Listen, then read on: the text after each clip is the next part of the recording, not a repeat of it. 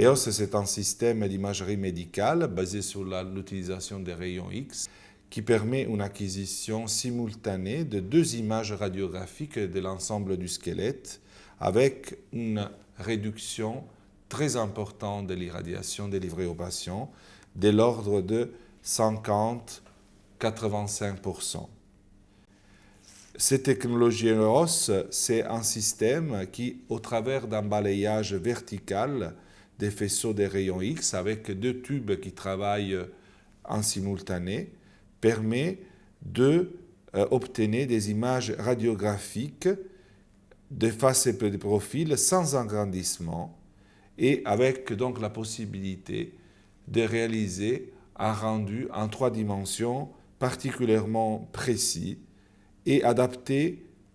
au diagnostic et au suivi des pathologies ostéo-articulaires, à savoir de la scoliose, des douleurs lombaires, de l'ostéoporose et pour les suivis post-opératoires.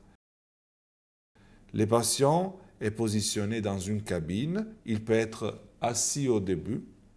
et la dose qui vient délivrer pendant ces balayages, qui durent 20 secondes,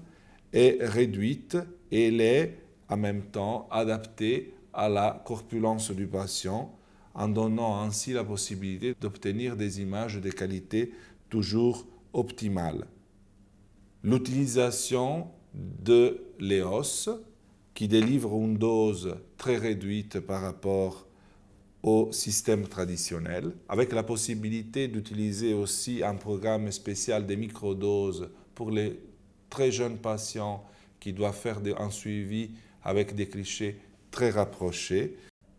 Chez l'enfant en particulier, on peut obtenir un suivi de l'évolution de la scoliose en imageant le rachis avec une dose qui ne dépasse pas les 60 millisieverts, que c'est une dose très diminuée par rapport aux machines traditionnelles. De ce fait, certains enfants qui ont des pathologies spécifiques avec des scolioses très évolutives ou qui nécessitent pour des problèmes neurologiques un suivi particulièrement pointu et rapproché, peuvent bénéficier de cette nouvelle technologie tout en gardant une sécurité par rapport à les rayonnements qu'ils vont recevoir tout au long de leur traitement. Les cliniciens, ils peuvent ensuite suivre de façon très rapprochée les évolutions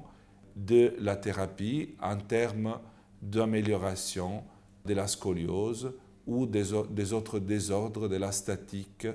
ou de la fonction de l'appareil locomoteur, en particulier des problèmes liés aux pathologies du rachis, du bassin et des membres inférieurs.